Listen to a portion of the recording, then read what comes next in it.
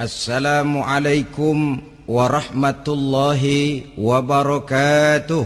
Waalaikumsalam warahmatullahi wabarakatuh.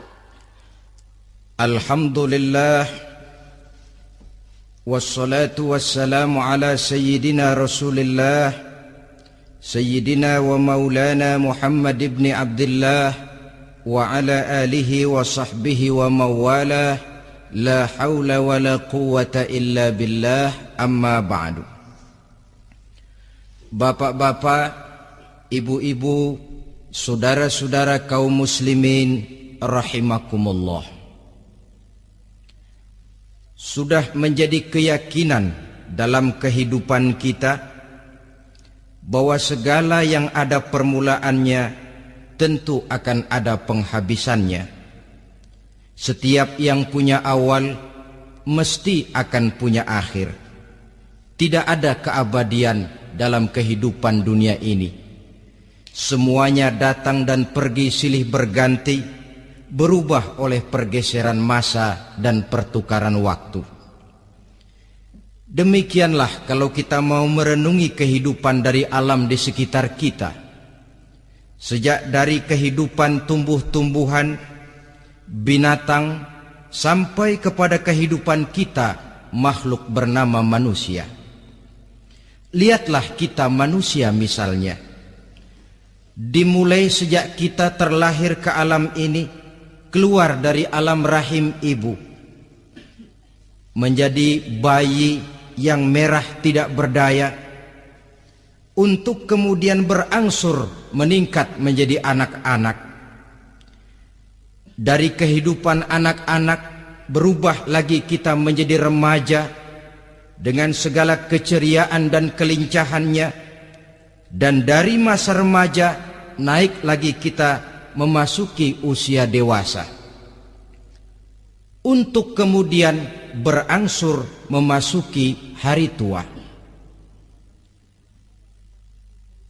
Lalu setelah kita memasuki hari tua, sehari, seminggu, sebulan, setahun, sampailah kita kepada batas waktu yang telah ditentukan oleh Allah, yang dinamakan ajal, dan bertemulah kita dengan yang disebut maut. Ini merupakan kepastian dalam kehidupan. Kalau saja kita mau merenung perubahan-perubahan yang terjadi pada diri kita, seharusnya membuat kita insaf dan sadar. Di kala remaja kita begitu lincah, punya rambut yang hitam ikal berderai, punya lesung di pipit, punya senyum yang indah menawan setiap orang yang melihat, punya kulit yang kencang dan bersih. Manakala kita memasuki hari tua, perubahan frontal pun terjadi. Kulit mulai jadi keriput, rambut yang tadinya hitam ikal berderai mulai memutih, nikmat berkurang, gigi yang tadinya utuh dan sanggup mengunyah apa saja, satu demi satu permisi meninggalkan kita. Sangat boleh jadi dikala remaja kita senyum semua orang terpikat. Dikala hari tua dengan kulit yang keriput dan gigi yang tidak ada lagi, manakala kita senyum, mungkin orang bakal lari dari sekitar kita. Kemana keindahan yang tadinya begitu menawan? Kemana senyum lesung pipit yang tadinya menarik perhatian orang? Pergi meninggalkan kita, berubah oleh pergeseran masa dan pertukaran waktu. Nah, bila maut datang menjemput kita, selesailah kehidupan sampai di situ? Ternyata belum. Kalau lahir merupakan perpindahan hidup dari alam rahim ke alam dunia, maka mati hakikatnya merupakan perpindahan hidup dari alam dunia ini ke alam kehidupan yang berikutnya, yang dinamakan dengan alam barzakh. Andai kata hidup cuma sekali, secara moral kita sanggup berkata, alangkah tidak adilnya Tuhan. Kenapa? Dalam kehidupan ini kan aneka ragam terjadi. Ada orang yang zolim, ada orang yang dizolimi. Ada orang yang membunuh, ada orang yang terbunuh. Ada orang yang kaya, ada orang yang miskin. Ada orang yang jujur, ada orang yang menghalalkan segala cara. Sehingga banyak ketidakadilan yang terlepas daripada pengadilan dunia. Lalu orang pun bilang, di dunia ini katanya banyak pengadilan tapi sulit keadilan. Di dunia ini mudah mencari pengadilan tapi sulit untuk mencari ketidakadilan. Andai kata hidup cuma sekali, tidak akan ada hidup sesudah hidup yang sekarang ini. Bagaimanakah nasib mereka yang lepas dari pengadilan dunia ini? Alangkah tidak adilnya Allah, andai kata tidak ada kehidupan sesudah hidup yang sekarang. Tentulah akan terjadi di mana orang menghalalkan segala macam cara untuk mencapai tujuan. Yang penting kan saya kaya, yang penting kan saya punya jabatan dan kedudukan tinggi. Kalau perlu jilat atas, jilat atas. Kalau perlu sikut kiri kanan, sikut kiri kanan. Kalau perlu injak bawah, injak yang bawah. Ini prinsip daripada orang-orang komunis. Dan pantas karena mereka tidak percaya kepada kiamat. Pantas karena mereka tidak percaya akan adanya kehidupan sesudah hidup yang sekarang ini. Maka saya menghimbau kepada seluruhnya, kita sudah kadung menyepakati negara ini berdasarkan Pancasila. Kita sudah kadung konsensus bahwa PKI dengan seluruh ajarannya tidak punya hak hidup di bumi Pancasila yang kita cintai ini. Maka salah satu ajaran PKI tujuan menghalalkan cara. Kita orang Indonesia yang berbudi pekerti luhur, yang punya nilai budaya tinggi, janganlah sampai mencaci PKI, membubarkan PKI, mengutuhkan PKI, tapi dalam kehidupan sehari-hari prakteknya prinsip komunis kita pakai. Apa itu? Tujuan menghalalkan cara. Asal sudah tujuan tercapai, cara apapun saja halal. Itu pandangan hidup orang yang tidak percaya kepada adanya hari akhirat. Sebagai muslim yang yakin akhirat ada, kiamat pasti akan datang. Hidup tidak cuma sekali. Maka kalau kita zalim, kalau kita berbuat aniaya, kalau kita melakukan korupsi, kalau kita merugikan orang lain, boleh jadi kita terlepas daripada pengadilan dunia. Tapi ingatlah, kita tidak akan pernah lepas dari pengadilan Allah. Pengadilan Qadhi Rabbul Jalil, di mana kita akan diadili dengan seadil-adilnya. Dan tidak satu perbuatan yang bersifat salah, yang bagaimanapun kecilnya, yang akan lepas dari pengadilan di akhirat itu nanti. Pantas saja kalau satu hari malaikat Jibril datang menasehati Rasulullah sallallahu alaihi wasallam, yang artinya juga menasehati kita semua. Apa kata malaikat Jibril kepada baginda Nabi? Ya Muhammad, ish ma syi'ta fa innaka mayyitun. Hai Muhammad, hiduplah semau kamu, tapi jangan lupa kamu pasti akan mati. Kalau memang dilarang tidak terlarang, dicegah tidak tercegah, kamu mau melaksanakan hidup menurut maumu sendiri, persilakan, hiduplah menurut mau dan gayamu. Tapi jangan lupa, fa innaka mayyitun, satu saat kau pasti bakal mati. Dan mati itu bukan akhir dari segalanya. Dia babak baru bagi kehidupan selanjutnya. Silakan hidup menurut maumu, tapi jangan lupa kau pasti akan mati.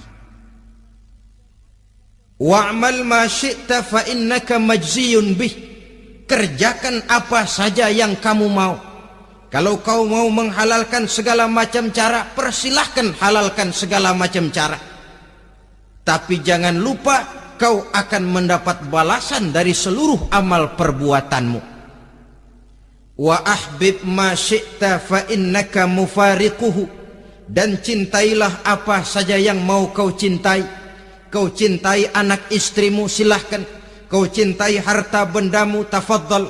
Kau cintai tanah airmu, kau cintai pangkat dan jabatanmu, persilahkan. Tapi jangan lupa, fa innaka mufariquhu. Kau pasti akan berpisah dan akan meninggalkan segala yang kau cintai itu. Apa artinya ini buat kita? Ternyata sesudah maut datang menjemput kita, ada kehidupan sesudah hidup yang sekarang ini. Ini yang mendorong kita untuk dalam kehidupan di dunia ini tidak melakukan prinsip saenake dewe, semaunya sendiri saja, asal perut kenyang, asal pangkat tinggi, asal harta dapat. Masa bodoh dengan merugikan orang lain, masa bodoh dengan menipu orang lain. Iku jenenge saenake dhewe. Muslim tidak diajarkan. Ingat manusia, setelah kau mati, setelah kiamat datang, kau akan dibangkitkan, kau akan dimintakan pertanggungan jawab tentang kehidupan yang sekarang ini. Saudara hadirin, oleh sebab itu kalau kita bicara soal kiamat, soal akhirat, ini memang masalah yang gaib, yang sepenuhnya tidak bisa dicernakan dengan kemampuan penalaran intelektual. Dasar di dalam membicarakan ini tidak lain adalah iman kita kepada Allah Subhanahu wa ta'ala. Bukan cuma zaman sekarang, dari zamannya Nabi. Orang itu kalau sudah bicara kiamat, bicara akhirat, ada yang ragu-ragu, ada yang menolak sama sekali. Bukan dari zaman sekarang, dari zaman dulu. Pernah kok satu saat Rasulullah itu dakwah, menceritakan, saudara-saudara, akan terjadi kiamat di mana Allah akan membangkitkan manusia dari kuburnya untuk memintakan pertanggungan jawab. Ini dalam dakwahnya Nabi pidato macam itu. Apa reaksi orang? Yang beriman ya mantap, tapi yang tidak beriman, bajingan-bajingan Quraisy ini, mereka bertepuk tangan, mengejek, mencaci. Malahan ini yang luar biasa, ada dua orang kafir namanya Ubay bin Ka'ab dan Al-As bin Wa'il. Mendengar pidato macam ini, mereka buru-buru pulang ke rumah. Ngapain? Ngambil pacul. Lalu berangkat nyari kuburan tua. Dia gali itu kuburan. Tulang-tulangnya diangkut, dibawa ke depan Nabi. Ya Muhammad, tulang-tulang yang udah hancur begini, siapa yang bisa ngidupin lagi? Yang macam-macam aja kamu Muhammad, nggak rasional, nggak masuk akal. Allah menjawab. Apa kata Allah? Wa daraba lana mathalan wa nasiya khalqah qala man yuhyil 'izama wa hiya ramim qul yuhyiha alladhi ansha'aha awwala marrah wa huwa bikulli khalqin alim. Mereka memberikan perumpamaan kepada kami, kata Allah. Mereka melupakan asal kejadiannya. Mereka bertanya, siapa yang sanggup menghidupkan tulang belulang yang sudah hancur kayak begini? Qul yuhyiha alladhi ansha'aha awwala marrah. Katakan kepada mereka Muhammad, yang akan menghidupkannya adalah dia yang telah menciptakannya pertama kali dulu. Kalau dia sanggup menciptakan, dia tentu lebih sanggup lagi untuk mengembalikan reproduksi ciptaan itu sebagaimana semula. Yang paling kasihan yang ragu-ragu. Akhirat itu ada apa enggak sih? Kiamat itu ada apa enggak sih? Lantaran ragu-ragu, terombang-ambing dia antara harapan dan putus asa, antara kenyataan dan idealisme. ada yang buta sama sekali 100% terhadap keadaan-keadaan sesudah mati. Perhatian mereka hanya tercurah kepada kehidupan sebelum mati. Yang mereka perhatikan siang dan malam tidak lebih daripada urusan perut. Pergi pagi, pulang sore, peras keringat, banting tulang. Cuma soal makan, soal minum, soal pakaian, soal kendaraan, soal rumah tangga, soal anak, soal istri. Yang mereka pentingkan hanya soal-soal politik misalnya, ekonomi, pembangunan dan industri. Untuk soal-soal kayak begitu giat betul, habis seluruh waktu untuk memikirkan meningkatkan kebudayaan, politik, sosial, ekonomi. Kadang-kadang kurang tidur, kurang istirahat, berkeliaran ke sana kemari ke tempat yang jauh-jauh, sampai kadang-kadang terkena stres, penyakit darah tinggi, ginjal, liver, untuk memikirkan hal-hal yang semata-mata karena dunia saja.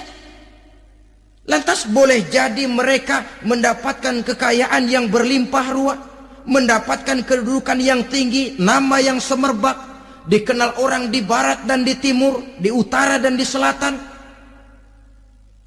Tetapi alangkah kecewanya mereka jikalau datang ajal menjemput nyawa, mati mereka, meninggalkan harta yang banyak, nama yang masyhur. Mereka disebut dengan jasa-jasanya. Radio memberitakan, TV menyiarkan, koran-koran memuat. Bahkan nama mereka kadang-kadang dikenang 2-3 tahun setelah wafatnya.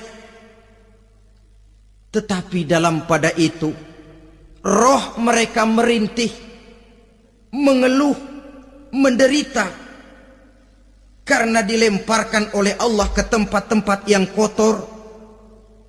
Penyesalan yang sudah tidak akan ada gunanya lagi. Saudara-saudara kaum muslimin rahimakumullah. Oleh karena itu, kehidupan akhirat bukanlah dongeng dan takhayul, bukan khurafat dan hayalan. Kehidupan akhirat, hari kiamat adalah kebenaran dan kepastian. Dalam surah Al-Hajj ayat ke-7, Allah Subhanahu wa ta'ala menyatakan, wa anna as-sa'ata atiyatun la raiba fiha wa anna Allah yab'asu man fil qubur. Dan bahwasanya kiamat itu sesungguhnya adalah sesuatu yang pasti dan tidak ada keraguan-raguan lagi di dalamnya. Dan bahwasanya Allah sungguh-sungguh akan membangkitkan manusia dari kuburnya masing-masing. Nah, kalau kita sudah yakin kiamat sesuatu yang pasti adanya, akhirat sesuatu yang pasti adanya, dari mana pembicaraan tentang kiamat ini kita mulai? Tentu dari diri kita. Marilah kita mencoba melihat proses perjalanan hidup ini sampai kita memasuki kiamat. Hadirin, tidak ada makhluk secantik manusia. Tidak percaya, pernah ke Ragunan? Nah, saudara masuk ke kebun binatang, segala macam makhluk ada di situ, ratusan macam jenis binatang. Bandingkan dengan saudara, kira-kira cakep mana?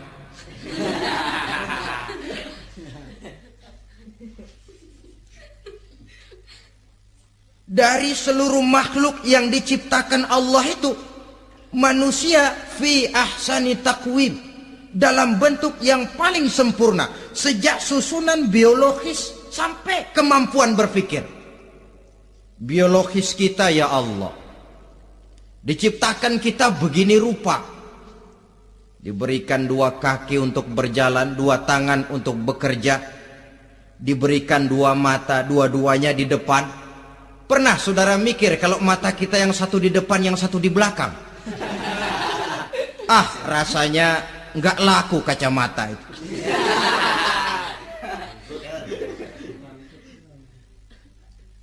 Diberikan hidung dengan 2 lubang, tahu betul Allah ke bawah lagi lubangnya. Coba pikir kalau lubang hidung kita menghadap ke atas. Aduh, kalau musim hujan repot jagain hidung. Laqad khalaqnal insana fi ahsani taqwim. Sungguh telah kami ciptakan manusia dalam bentuk kejadian yang paling sempurna ketimbang makhluk-makhluk Allah lainnya.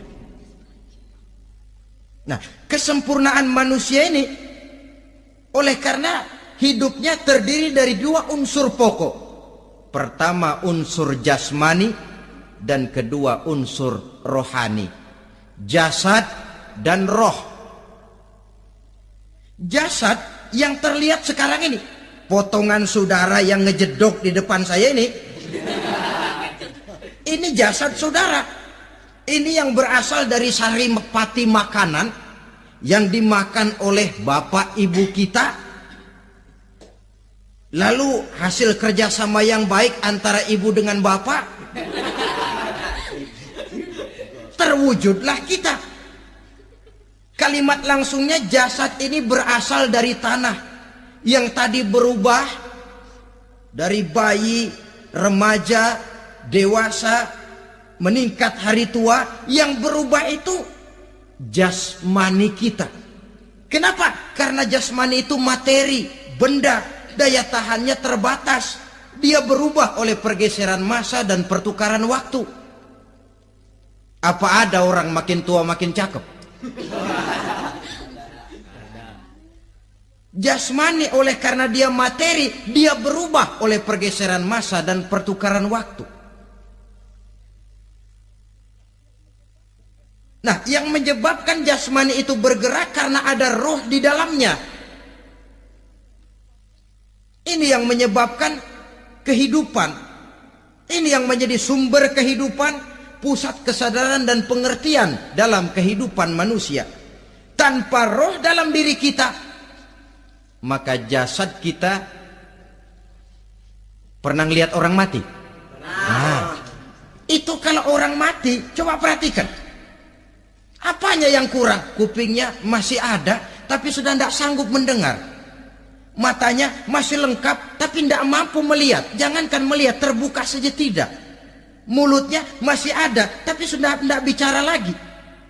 Telinganya cukup, tapi sudah tidak sanggup mendengar.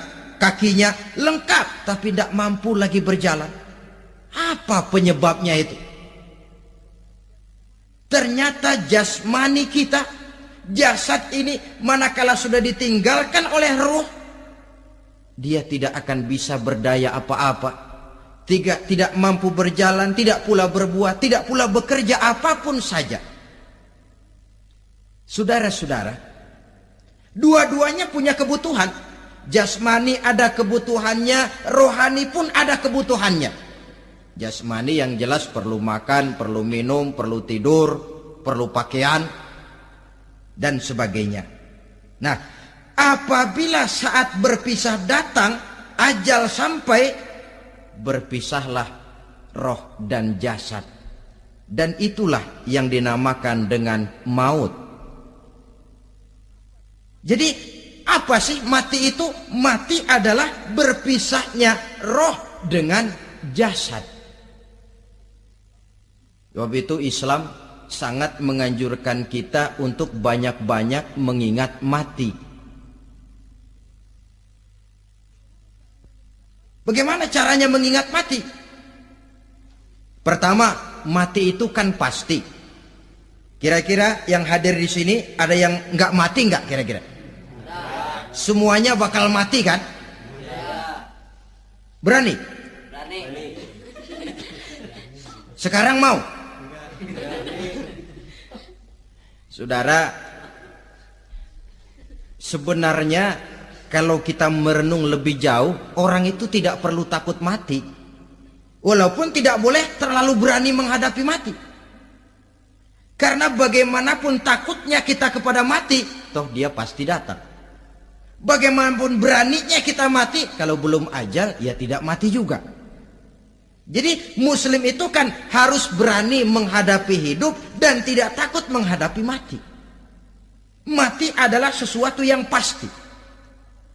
Muslim dianjurkan banyak-banyak mengingat mati dalam kehidupan. Caranya bagaimana? Pertama, berziarah nengokin teman yang sakit. Ya? Suka nengokin teman yang sakit enggak? Oh, itu pahalanya kata Nabi. Menengok orang yang sedang sakit lebih afdol daripada sholat sunnah 1000 rakaat. Apa pernah saudara sembahyang sunnah sampai 1000 rakaat? Nengokin orang sakit pahalanya lebih afdol daripada itu. Kenapa menengoki orang sakit mengingatkan kita kepada mati? Iya ya, ini teman saya yang kemarin segar banget, bercanda sama saya, ketawa sama-sama, sekarang terbaring tidak berdaya, hilang kemampuannya, hilang keceriaannya, sakit. Iya kalau sembuh, kalau ajal, iya sekarang giliran dia, kalau jatuh ke saya. Lalu menghibur teman dengan kata-kata yang enak, yang akan mendatangkan sugesti supaya dia cepat sembuh. Jangan nengokin orang sakit jujur. Sakit apa lu? Perut. Emang teman gua kemarin sakit begini mati nih. Wah, itu orang bisa jadi shock lantaran etika kita tidak akan sampai ke sana. Menjenguk orang sakit akan mengingatkan kita kepada mati. Apalagi ziarah kubur. Ada yang orang tuanya sudah meninggal? Kalau ada, ya tidak bisa tiap hari, sekurang-kurangnya seminggu sekali.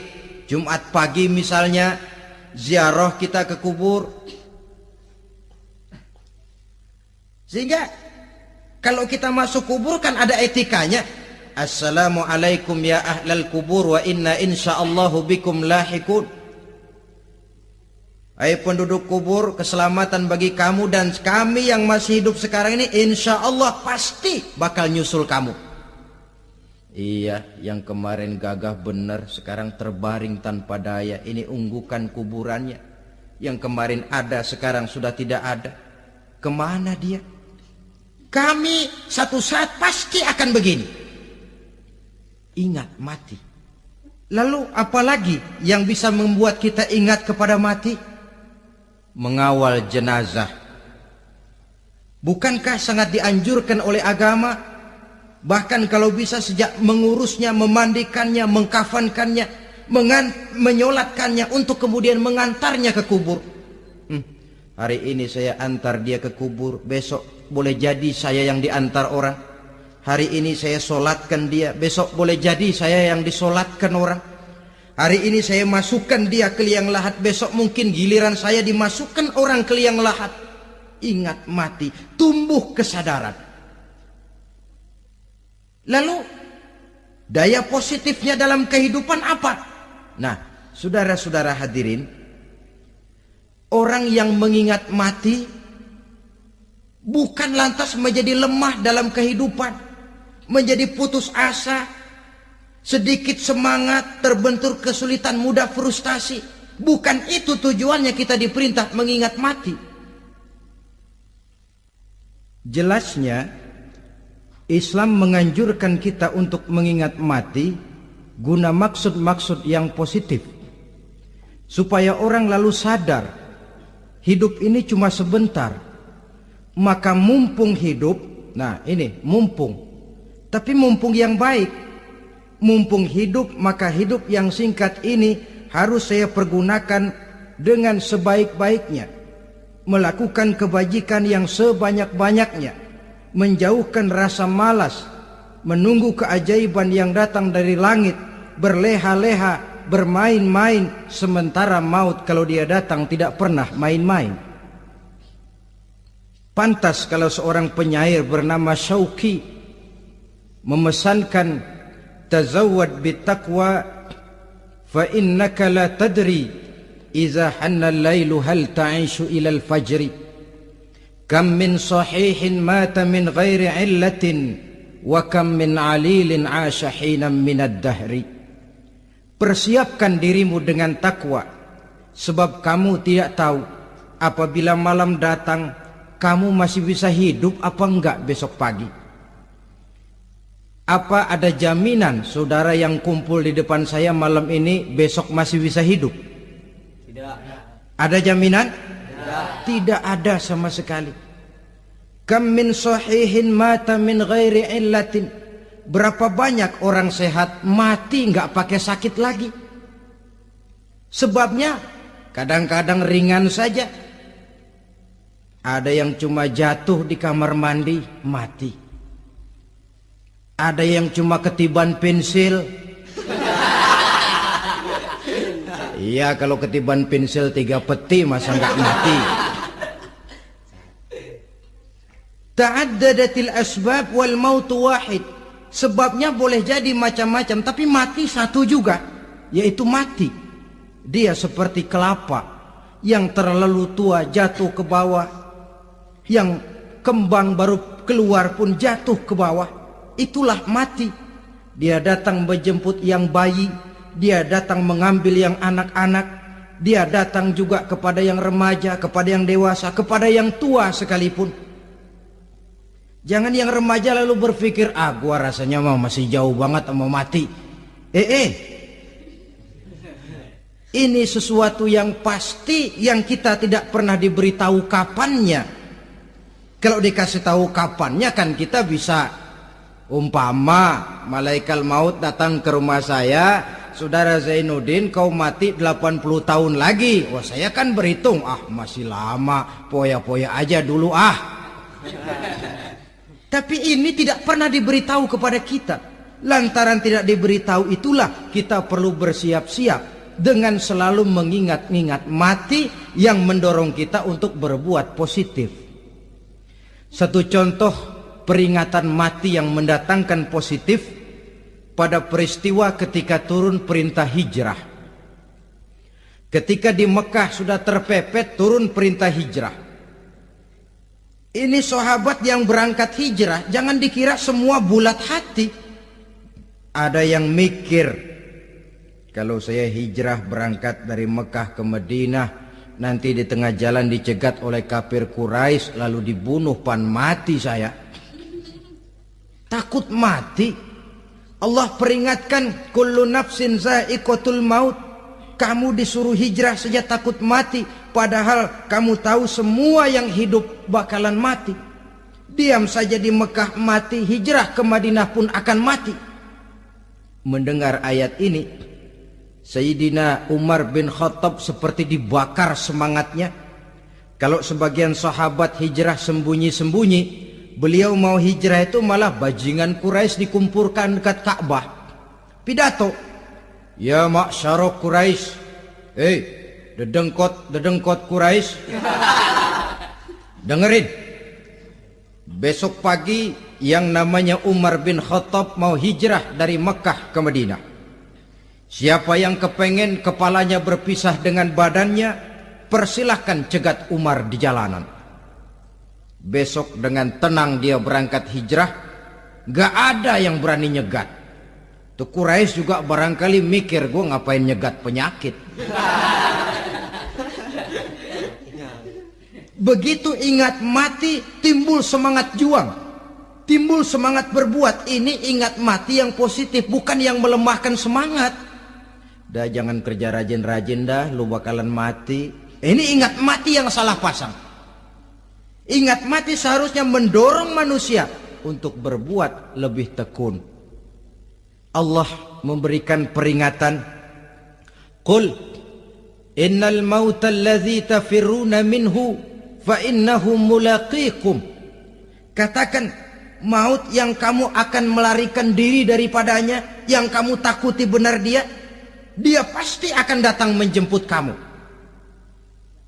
Saudara-saudara hadirin yang saya hormati, datangnya memang tidak kita harapkan yang namanya maut, Tapi sekali dia datang, tidak ada pintu tempat kita lari.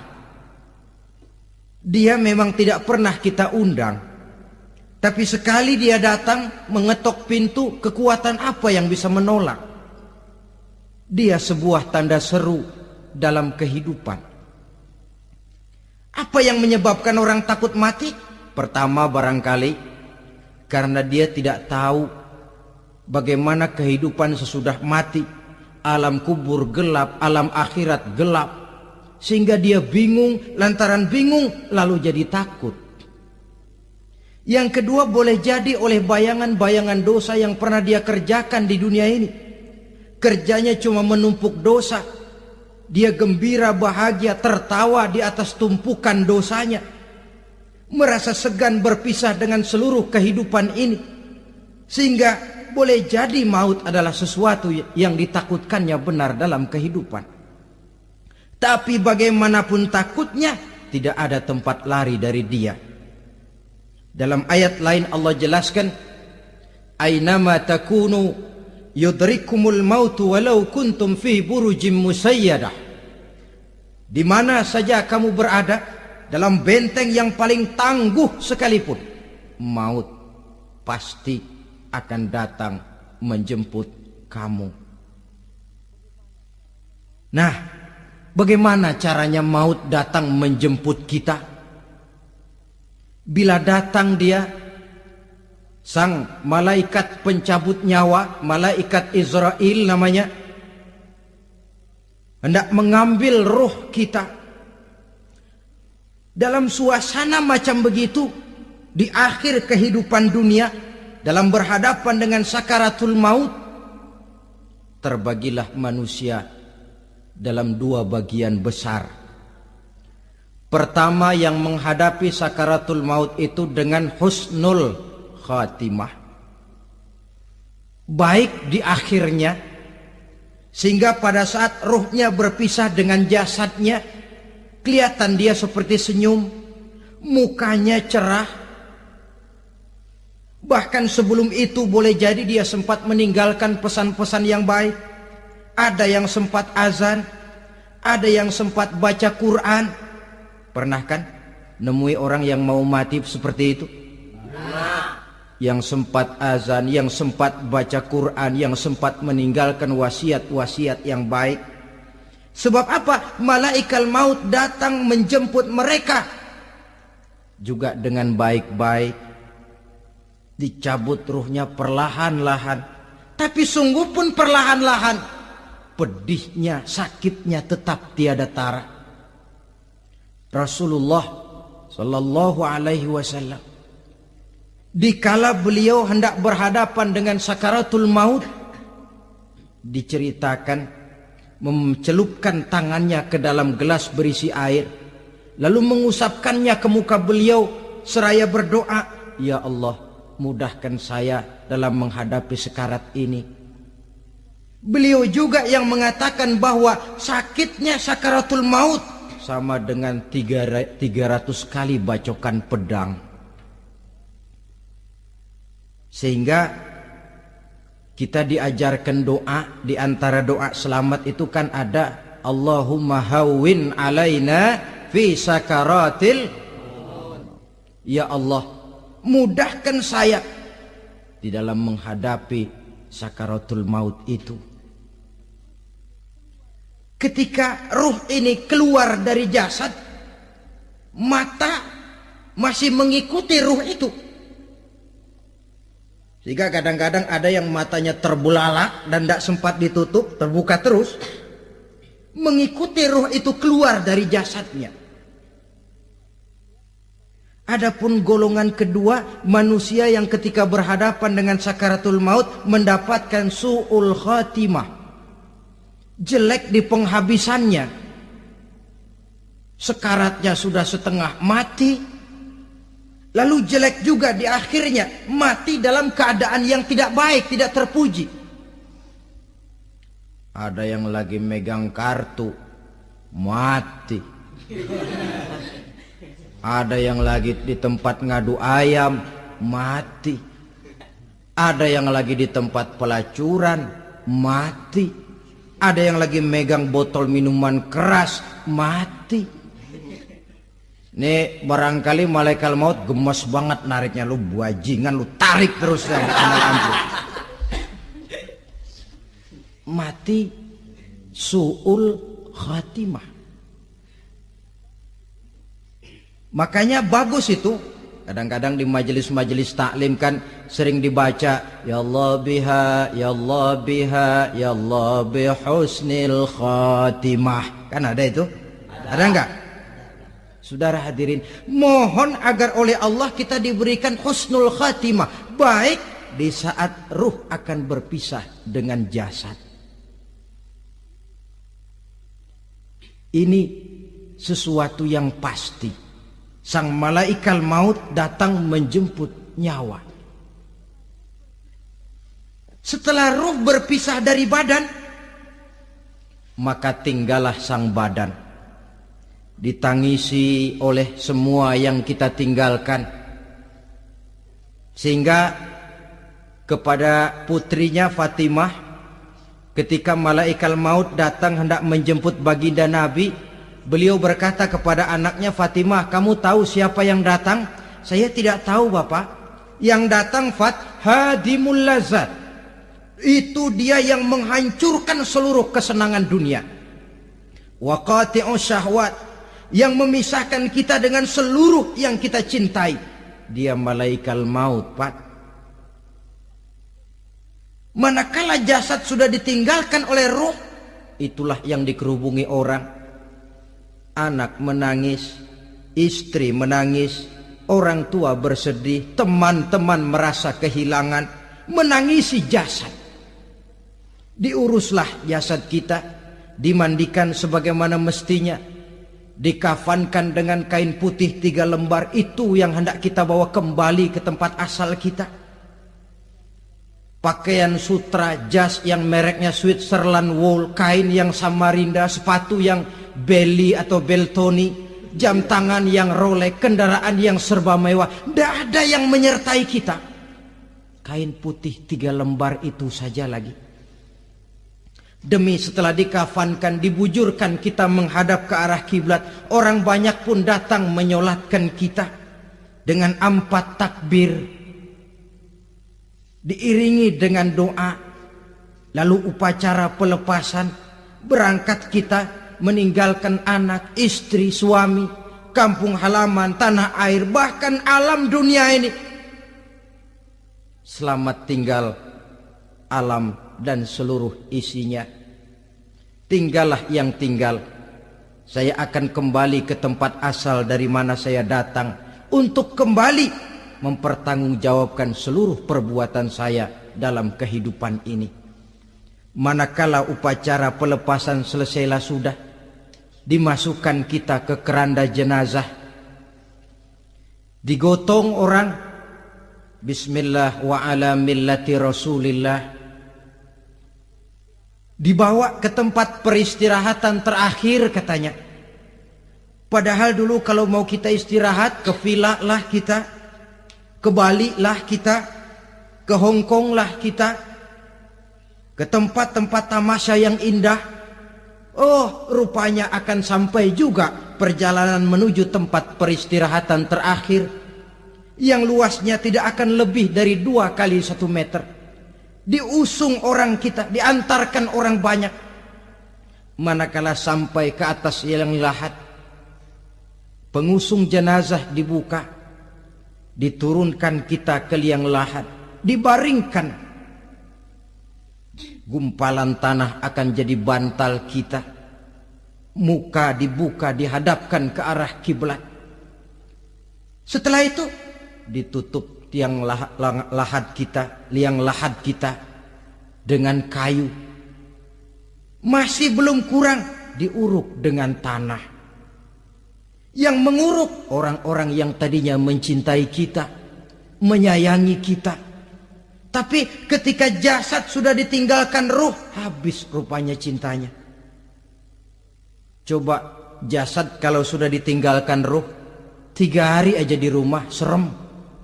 Ya mayit, siapa yang betah nemenin mayit?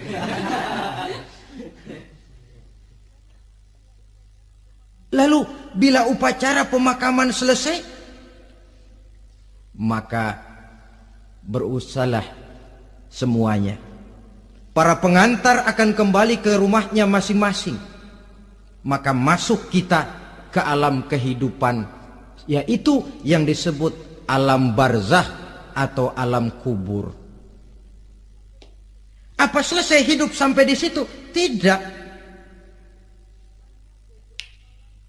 Hanya beberapa langkah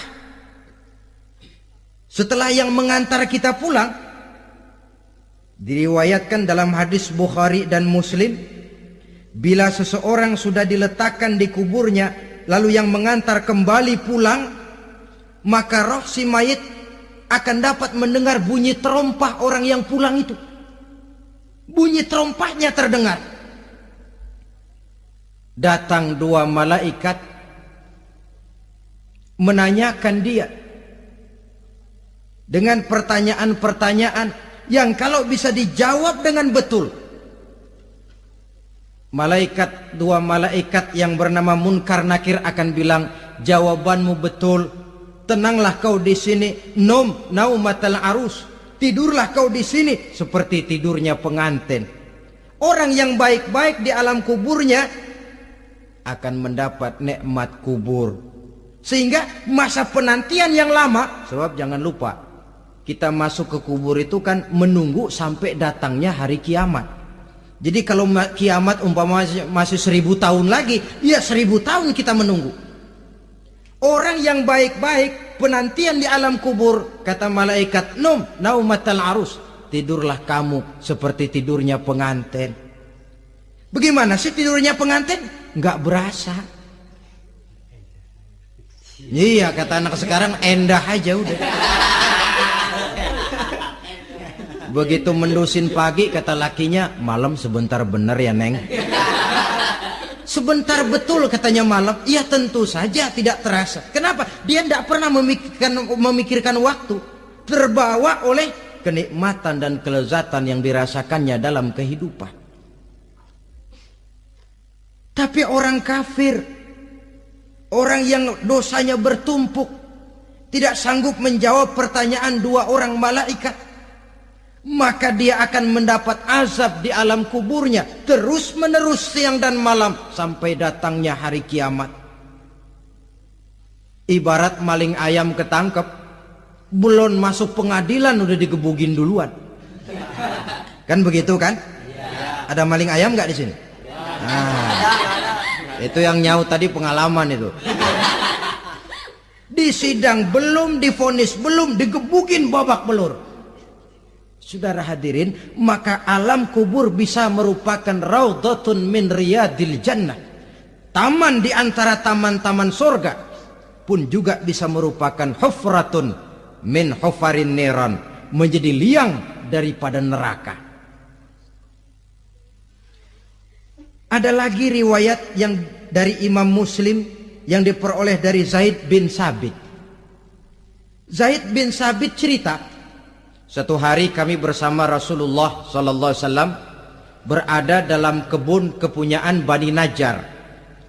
Rasulullah sedang duduk di atas keledai. Tiba-tiba entah bagaimana itu keledai terkejut, kaget, berontak, hampir Rasulullah jatuh.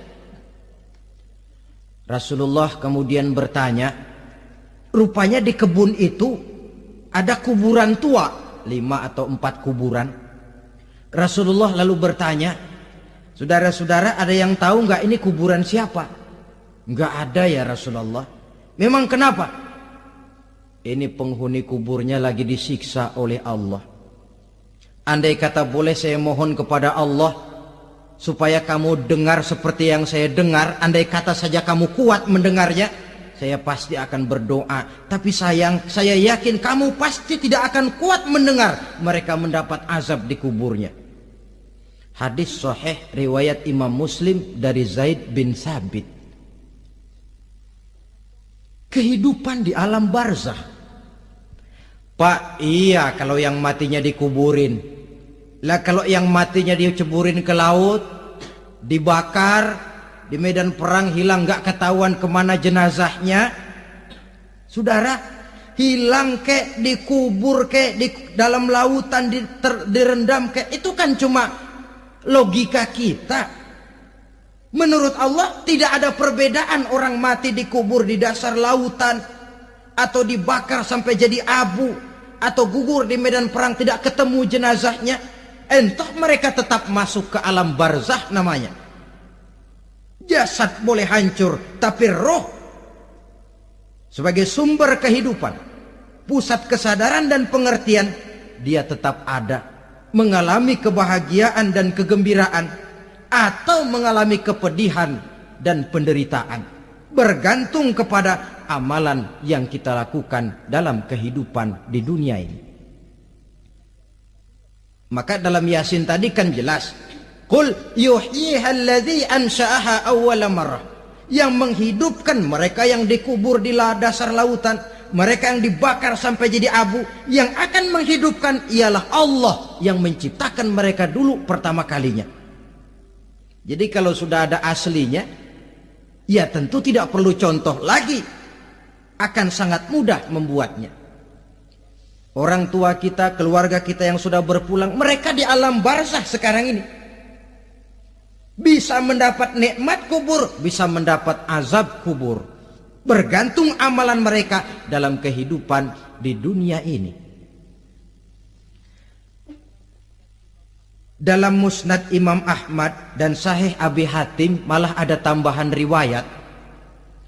Orang yang banyak kebajikannya di dunia, amalannya akan datang menemani dia. Sholatnya dekat kepalanya, puasa sebelah kanan, zakat sebelah kiri, menghibur dia. Malahan dikatakan berbentuk orang yang cantik menemani dia di alam kuburnya. Aneh, dia tanya, man anta lam ara fid dunya ajmal minka. Siapa kamu? Di dunia ini belum pernah saya melihat orang secantik kamu. Dia jawab, ana amaluka soleh. Saya adalah amalmu yang soleh yang kau kerjakan waktu di dunia. Saya sekarang diperintahkan untuk menemani kamu di sini. Alhamdulillah. Sedangkan amalnya yang jahat akan datang dalam bentuk yang menyeramkan menemani dia di sana. Bayangin deh, di kuburan ditemenin yang serem-serem. Sama juga di dunia. Di dunia, kalau kita di tempat gelap ditemenin orang cakep, enak nggak? Enak. Wah, pengalaman. Tapi coba bayangin, sudah tempatnya gelap, yang nemenin jelek nggak ketulungan, gerah kita. Nah, saudara hadirin yang saya hormati, lalu bagaimana tempat arwah-arwah yang sudah kembali menghadap Allah yang disebut mustaqarrul arwah itu? Macam-macam tingkatannya sesuai dengan profesi dan amalannya waktu di dunia. Ada roh-roh itu yang setelah pisah dengan jasad, artinya mati, ditempatkan di tempat yang disebut a'la iliyin, tempat yang tertinggi. Siapa ini? Arwahnya para nabi dan para rasul. Ini fi a'la iliyin, di tempat yang tertinggi. Arwahnya para nabi, arwahnya para rasul. Dan karena kita bukan nabi, bukan rasul, ya jangan mimpi dapat tempat fi a'la iliyin. Kecuali kalau Allah menghendaki, itu hak prerogatif Allah. Tapi kan tidak adil kalau Allah melakukan itu. Ini kelompok roh-roh yang masuk golongan VIP. Wah, the first class. Para nabi, para rasul.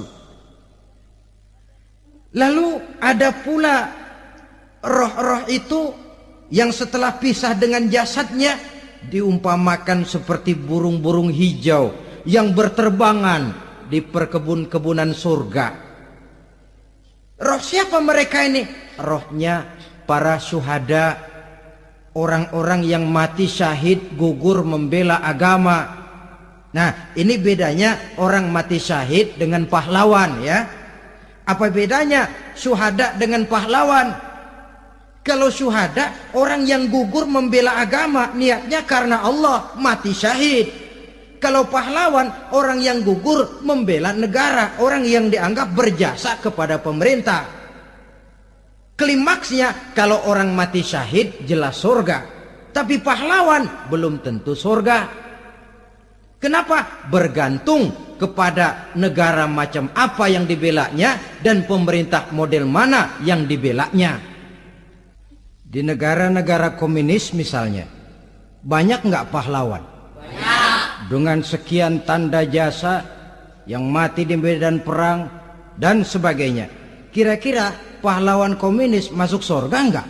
Tidak. Ya, kalau pahlawan komunis masuk surga, kita enggak kebagian kapling di surga barangkali. Inilah bedanya pahlawan dengan orang mati syahid. Kemudian ada pula roh itu yang tertahan di pintu surga. Tertahan di pintu surga. Ini seperti tadi, orang yang mati syahid tapi masih ada kaitan di dunia. Rasulullah pernah ditanya orang, "Ya Rasul, kalau saya maju ke medan perang bela agama, mati syahid, apa saya masuk surga?" "Iya, masuk surga. Kecuali," kata Nabi, "kalau masih punya utang." Nah, tertahan di pintu surga. Ada pula roh itu yang tertahan di alam kuburnya. Ini umumnya seperti tadi itu. Ada mempunyai dosa, mempunyai kesalahan, sehingga merasakan azab kubur. Ada juga roh itu yang tertahan di permukaan bumi. Mereka yang dalam hidup selalu menumpuk dosa-dosa yang besar, meninggal sebelum keburu untuk bertaubat. Saudara hadirin yang saya hormati, inilah yang kita khawatirkan. Sebab jikalau pada saat roh sudah datang, jikalau saatnya roh datang berpisah dengan jasad, menemukan sakaratul maut, saat itu taubat sudah tidak akan ada gunanya lagi. Masuk ke alam kubur, mendapat azab kubur sampai datangnya hari kiamat. Berapa lama di alam kubur ini? Menunggulah kita sampai datang saatnya kiamat. Nah, saudara-saudara, apa tanda-tanda hari kiamat? Kapan dia akan datang? Bagaimana hal ihwal manusia pada saat terjadi kiamat? Bagaimana alam ini? Bagaimana perhitungan di padang mahsyar? Insya Allah akan saya ungkapkan pada bagian kedua dari ceramah ini. Insya Allah kita akan lanjutkan pembicaraan ini sampai kepada terminal paling akhir, surga dan neraka. Inilah saja pertemuan kita pada kesempatan kali ini. Terima kasih banyak atas segala perhatian. Mohon maaf atas segala kekurangan. Wabillahi taufiq wal hidayah. Wassalamualaikum warahmatullahi wabarakatuh. Waalaikumsalam warahmatullahi wabarakatuh.